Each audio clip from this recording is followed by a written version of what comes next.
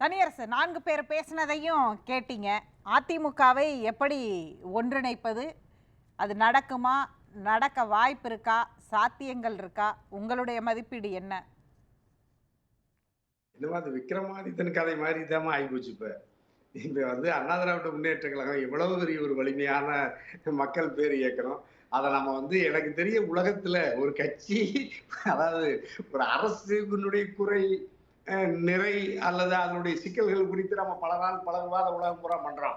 ஆனா ஒரு ஒரு ஜனநாயக நாட்டுல ஒரு கட்சியினுடைய பிளவு, அதனுடைய சரிவு, அதனுடைய உயர்வு, தாழ்வு, அதனுடைய பரஸ்பரம் ஏற்கனவே கட்சியிலிருந்து பிரிந்தவர்கள் ஒவ்வொருவர் மீது ஒருவர் சாட்டுகிற குற்றச்சாட்டு, விமர்சனங்கள், அது குறித்து நம்ம விவாதம் பண்ணது எனக்கு தெரியும். நம்ம உலகத்துல இந்தியாவுல தமிழ்நாட்டுல அதிமுக தான்.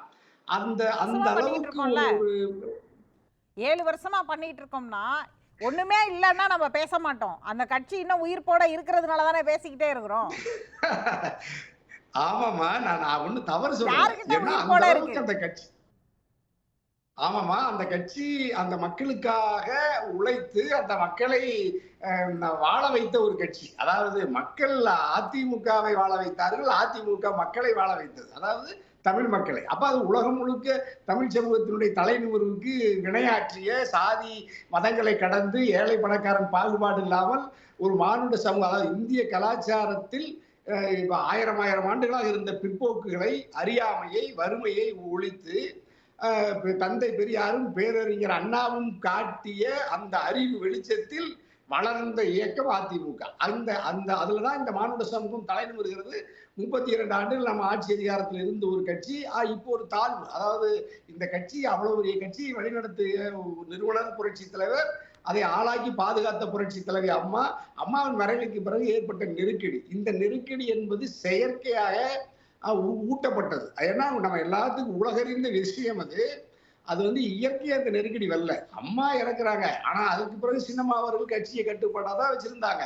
ஆட்சிக்கு எந்த சேதாரமும் வரல. ஆனால் மைய ஒன்றிய பாஜக மோடி அரசு அதை பாரிய அளவில் மிகப்பெரிய இந்த கட்சியை பலகீனப்படுத்துவதற்கு அவர்கள் திரைமறைவில் எடுத்த மிகப்பெரிய நடவடிக்கை தான் இவ்வளவு நெருக்கடிக்கும் காரணம். அந்த அளவுக்கு இப்ப பாஜக அந்த திட்டமிட்டு அந்த வேலையை செய்தது. இப்ப பாஜக அந்த இலக்கை அடைந்து கொண்டிருக்கிறது. அப்ப அந்த பாஜக என்கின்ற பாரிய அதிகாரத்தை வைத்துக் கொண்டு மத்திய விசாரணை முகமைகளை ஏவி ஒரு 4 துண்டுகளாக அதை பிரித்து, எப்படி ஒரு காட்டில் 4 மாடுகளை ஒன்றாக இருக்கும்போது சிங்கம் வேட்டையாட முடியல, ஆனா 4 மாடுகளாக அதை பிரித்த பொழுது இலகுவாக அந்த சிங்கம் வேட்டையாடி விட்டது. அப்படித்தான் இப்ப பாஜக வேட்டையாடி, அதாவது விவாதத்திலேயே இல்லாத பாஜக தமிழ்நாட்டில் 2வது இடத்திற்கு, அதிமுகவை 3வது இடத்துக்கு தள்ளிவிட்டு பாஜக 2வது இடத்துக்கு வருகிறது.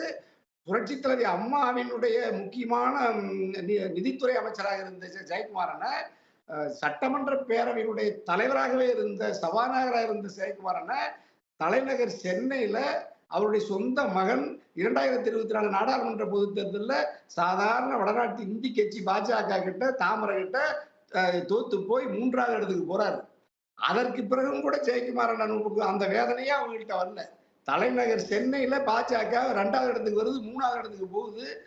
சென்னையிலிருந்து கன்னியாகுமரி வரைக்கும் தொடர்ந்து சரிவு, வீழ்ச்சி.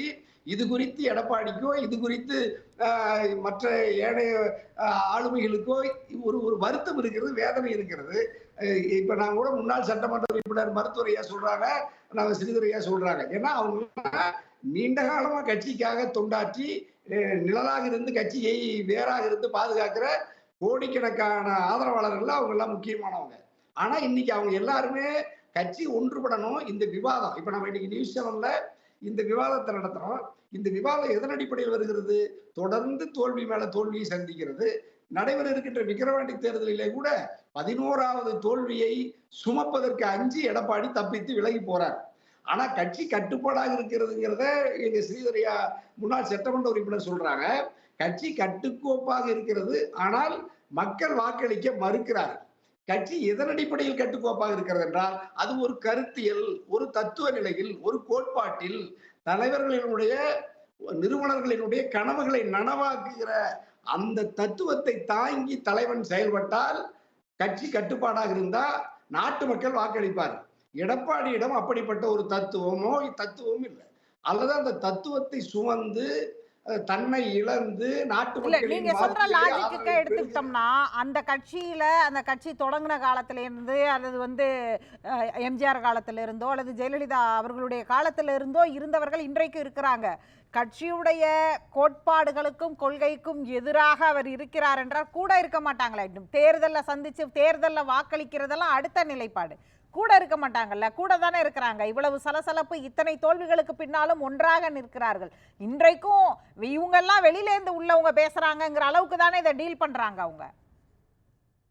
இல்ல அந்த கூட்டமா ஒரு பலகீனமான அந்த கூட்டம் தத்துவம் சார்ந்து ஒரு ஜனநாயக இயக்கத்தை தன்னுடைய கட்சி இப்படி வீழ்கிறது, தோல்வியை தழுவுகிறது, அது அது மூழ்கி வருகிறது என்கின்ற ஆதங்கமோ பதட்டமோ பயமோ அவர்களிடத்துல கொஞ்சம் கூட இல்லாதது எனக்கே நீங்க சுகிதாமா சொல்ற மாதிரி வியப்பாத்தான் இருக்கு.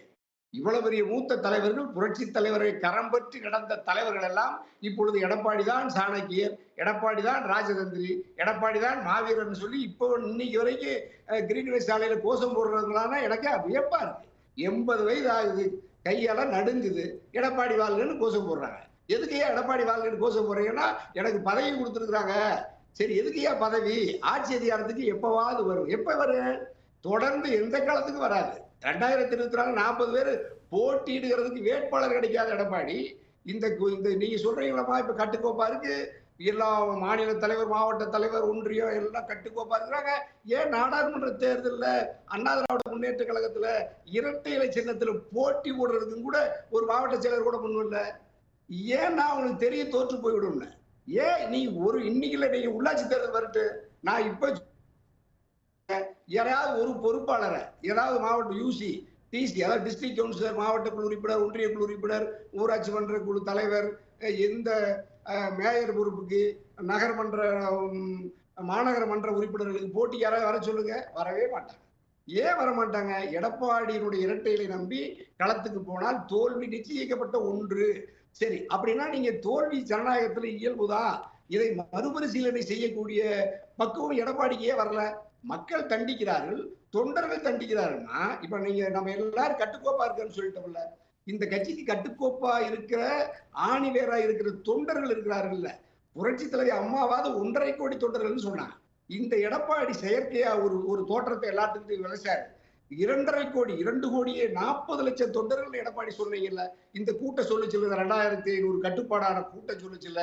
2 கோடியே 40 லட்சம் பேருத்துல இந்த 2024 நாடாளுமன்ற பொது தேர்தலில் வெறும் 1 கோடி பேர் தான் வாக்களிச்சிருக்காங்க. அப்போ உன்னுடைய தொண்டனை, அதிமுகவின் தொண்டன் 1 கோடியே 40 லட்சம் பேர் உன்னை விட்டு வெளியேறிட்டார்ல. எடப்பாடி ஆதரிக்கல, அங்கீகரிக்கல, ரெட்டாலைக்கு வாக்களிக்கல. அப்ப இந்த 2500 பேருக்கு என்ன பண்ண போறீங்க? மக்கள் வாக்களிக்கல, பரவாயில்ல, தொண்டர்களே வாக்களிக்கலமா. 1 கோடியே 40 லட்சம் பேர் வெளியே போயிட்டா, இந்த 1 கோடி பேர் இருக்காங்கல்ல, வர தேர்தலில் நீ இப்படியே எடப்பாடி போகட்டும். 2026 சட்டமன்ற பொது தேர்தலில் எடப்பாடி இது எப்படி தீர்வு வரும்? எப்படி இது நீங்களே சொன்னீங்க, ஒரு கட்சியுடைய உட்கட்சி பிரச்சனைக்காக இத்தனை வருஷம் வந்து பேசுறது வந்து இங்கதான் முதல் முறையா பார்க்க வேண்டியதா இருக்கு ஜனநாயகத்துல அப்படின்னீங்க. அந்த அடிப்படையிலே கேட்கிறேனே, இது திரும்பவும் இப்படியே பேசிக்கிட்டே இருப்போமா, இல்ல இதுக்கு எண்டு கார்டன் ஒண்ணு இருக்குமா இருக்காதா? நான் இதுல வந்துமா, இப்ப நான் இவங்க கூட பாவம் நல்லவங்களா கெட்டவங்களா அல்லது பாவம் அல்ல அம்மாவோட பிள்ளைதான். இத மேல இருந்து மிரட்டுற ஒரு எஜமானர் இருக்காருல்லம்மா, அது ஒரு பெரிய குடும்பமா. அது வந்து இப்ப ஜெயிலுக்கு போறதுக்கு இப்ப ரொம்ப சிரமமா, கஷ்டப்பட்டு சொத்து சேர்க்கிறான், சொத்தை பிடிங்கிட்டு போயிடுறாங்க, சீல் வச்சிடறாங்க. சரி, சொத்து போனா கிரகத்துல அதோட விடுறாங்களா, கொண்டுட்டு போய் ஜெயில வைக்கிறாங்க. அதாவது தமிழ்நாட்டு ஜெயில வைக்கிறாங்களா, இன்னும் டெல்லியில விட்டுட்டு போய் திகார் ஜெயில வைக்கிறாங்க. இதுதான் இப்ப பெரிய நெருக்கடி. இப்ப நீங்க யாரோட சேரணும், கட்சி ஒன்னா சேரணுமா சேரக்கூடாதுன்னு முடிவு பண்றதையே டெல்லி முடிவு பண்ணுது, மைய அரசாங்கம் பாஜக தலைமை முடிவு பண்ணுது. சேர்த்து வைக்கணும்னாலும் அவங்கதான், பிரிச்சு வைக்கிறனாலும் இவங்கதான். இப்ப 4 அணியா இருக்காங்கல்லவா, இன்னொரு அணியை உருவாக்கணும்னு நாளைக்கு நினைச்சா மோடியில டெல்லியில இருந்து போன வந்தா இன்னொரு அணி ஓடி போயிடும், இன்னொரு அணியை வேலுமணி உருவாக்கிடுவாரு. இப்படியே போல இதெல்லாம் கட்சியினுடைய நலன் கருதி, கட்சியினுடைய பற்றாளரா. ஆனா எனக்கு தெரிய இந்தியாவிலேயே உடம்புல பச்சை குத்தி, அதிமுக பச்சை குத்தி, தலைவருடைய பச்சையை குத்திக்கிட்டு அழிக்க முடியாத அந்த இரட்டைகளை குத்திக்கிட்டு இருக்கிற இந்த கட்சியில தாம இத்தனை நெருக்கடி.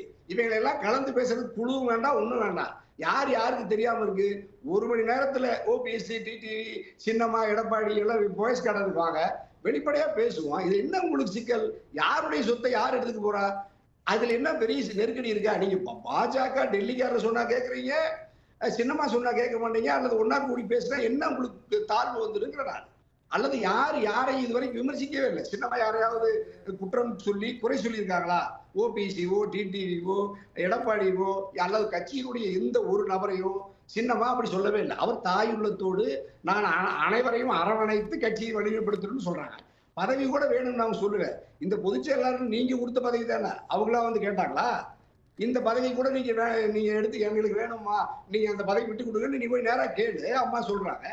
என்ன இதுல அது மட்டும் இல்லாம கட்சி இப்ப எல்லாம் ஒன்னாதான் இருக்கான்னு சொல்றீங்கல்ல, இந்த இதுல இருந்து வெளியே போனான்னு இல்ல குபேந்திரன் அந்த இடத்தான் ஆரம்பத்துல ஓப்பனிங் ஸ்டேட்மெண்டா சொன்னார். அது அவர் ஸ்டைல்ல சொன்னாரும் கூட, அரசியல்ல இன்னொருத்தவங்கள்ட்ட அதிகாரத்தையும் கட்சியையும் கொடுத்துட்டு போயிட்டு திரும்பியும் வந்து தான் ஒதுங்கி இருந்து நீங்கெல்லாம் ஜெயிங்க, ஜெயிச்சுட்டு வாங்க அப்படின்னு சொல்றதெல்லாம் சாத்தியமான ஒன்றா? இன்னைக்கு அதோடைய விளைவு தானே இவருடைய அரசியல் வந்து தொடர்ந்து வந்து முன்னுக்கு வரவே இல்லை அப்படின்னு ஒரு கேள்வியை வைக்கிறார்ல குபேந்திரன்.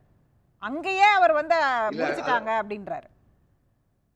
இல்ல அது நெருக்கடி தான்மா. அரசியல் வந்துமா மிக கொடுமையான இருக்கிற துறைகளிலேயே ஒரு ஒரு ஒரு மோசமான ஒரு ஒரு ஒரு ஒரு துறை தான் அது. அதுல மாற்று கருத்தே இல்லை. அதுல எல்லா சூழ்ச்சி இருக்கும், சதி இருக்கும், இழப்பு இருக்கும், உயிர் போகும்னாலும் போகும், உயிர் எடுக்க வேண்டியது இருந்தாலும் எடுக்க வேண்டியது இருக்கும்.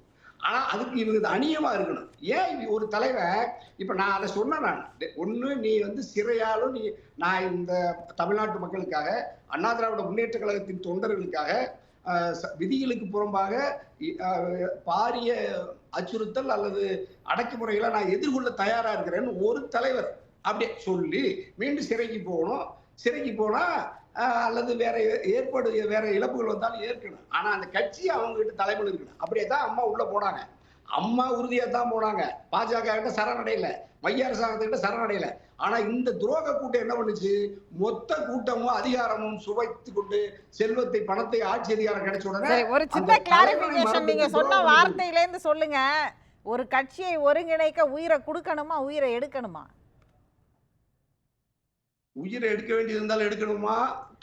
அது நீங்க வந்து அது நீங்க சொல்றது வந்து ஒரு கிரைமை வந்து இவ்வளவு பொது வெளியில இவ்வளவு விவாத பொருள்ல நீங்க சொல்றதை ஏற்றுக்கொள்ள முடியுமா? அது அனுமதிக்க முடியாதுல்ல அப்படி சொல்றத. நான் அதனாலதான் திரும்ப கேட்டேன், கட்சிக்காக தியாகம் பண்ணணுமா இல்ல கட்சியில கிரைமை கையில எடுக்கணுமாங்கிறக்காக தான் நான் கிளாரிபிகேஷனாவே அந்த கேள்வியை கேட்டேன். இல்லமா, உலகம் முழுக்க இருக்கிற அரசியல்ல அது உக்ரைன் ரஷ்ய வாரா இருந்தாலும், இஸ்ரேலுக்கு காசாவுக்கு நடக்கிறதா இருந்தாலும், ஐநா சபையில உலக அறிஞர்கள் எல்லாம் கூடி பேசுறதா இருந்தாலும், இரண்டாம் உலக போர்ல கொத்து கொத்தா மக்களை அணுகுண்ட போட்டு அப்படி கொண்டு தான் அதெல்லாம் கூட முற்றுப்புள்ளி தீர்வுக்கு வந்துருது. பேசுவோம். அதுதான் அடிச்சா தீர்வுக்கு வந்துருமா? அடிச்சா தீர்வுக்கு வந்துருங்கிற பேசலாம். அதற்காக வன்முறையை பொது விவாதத்துல நாம ஆதரிச்சு பேசிட முடியாது. அது உங்களுக்கும் தெரியும்.